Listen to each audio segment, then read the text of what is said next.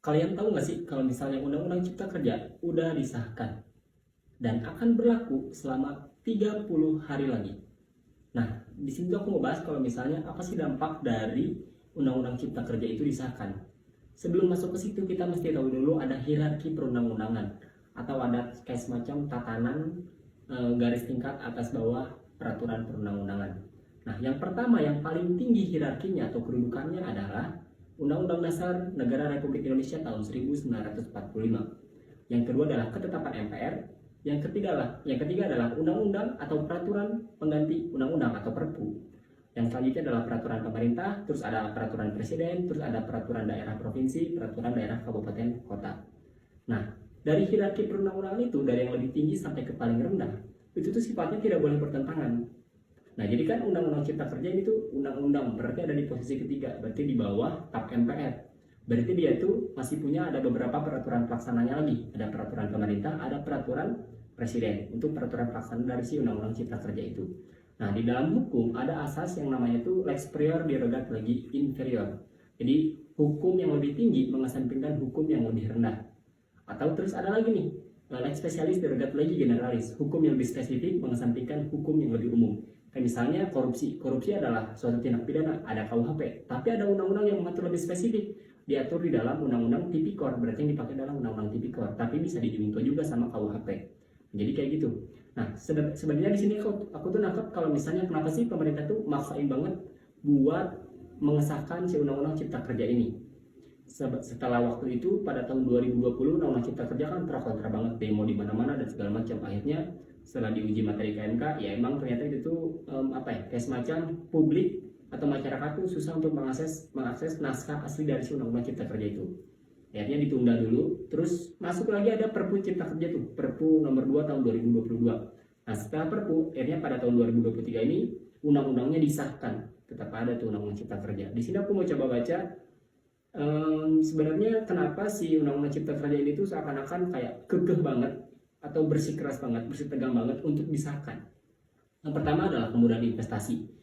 Kemudahan investasi, terus yang kedua kemudahan perizinan, terus katanya itu bakal menyejahterakan kesehatan pekerja dan juga keselamatan pekerja dan segala macam lah. Jadi di dalamnya ada peraturan untuk mencuti dan segala macam.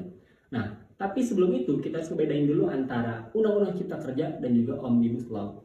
Omnibus Law itu adalah suatu metode pembentukan atau perencanaan undang-undang.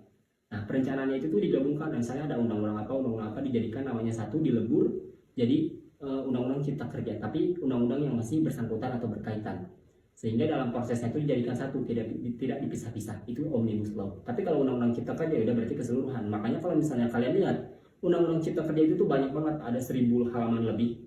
Karena itu tuh merupakan gabungan dari beberapa undang-undang yang disatukan dalam satu proses. Jadi kayak gitu. Nah, Undang-Undang Cipta Kerja ini yang pertama kemudian investasi. Kemudian investasi itu sendiri kalau misalnya aku ngelihat pemerintah tuh sedang berusaha menggaungkan gimana caranya.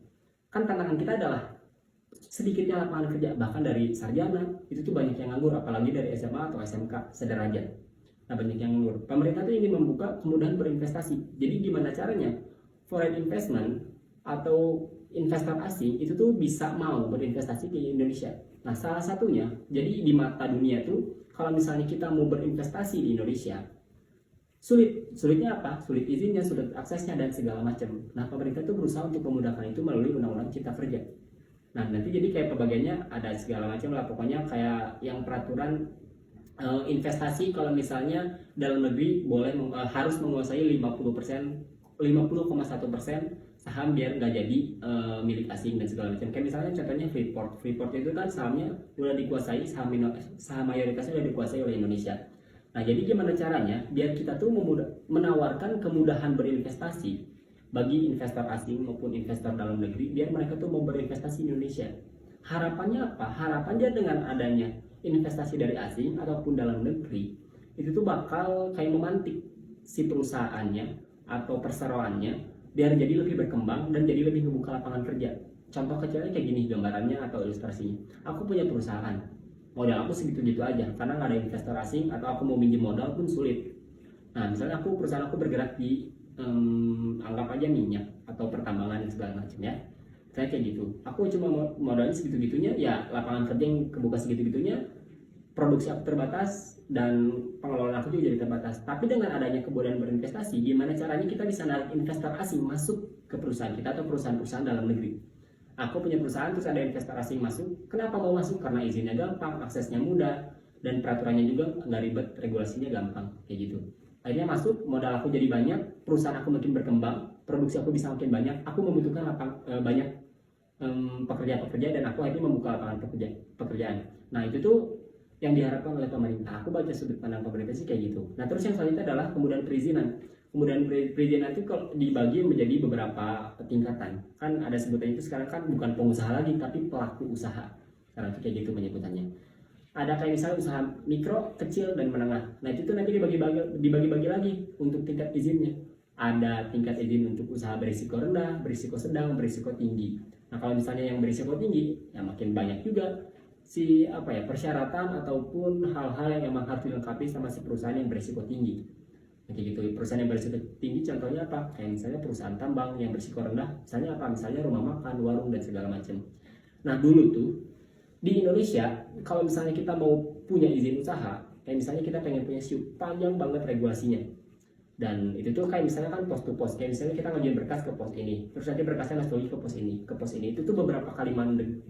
Dan itu tuh rata-rata kayak harus pakai perizinan biar semuanya tuh lancar dan akhirnya izin usahanya keluar.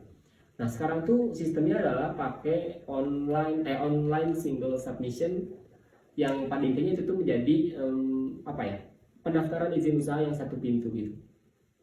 Nah itu tuh jadi untuk memudahkan masyarakat dengan OSS itu, biar masyarakat tuh ya udah kalau misalnya mau izin ya udah satu pintu, biar akhirnya nanti mereka nggak ribet dan izin usahanya cepat keluar, usahanya tetap jadi.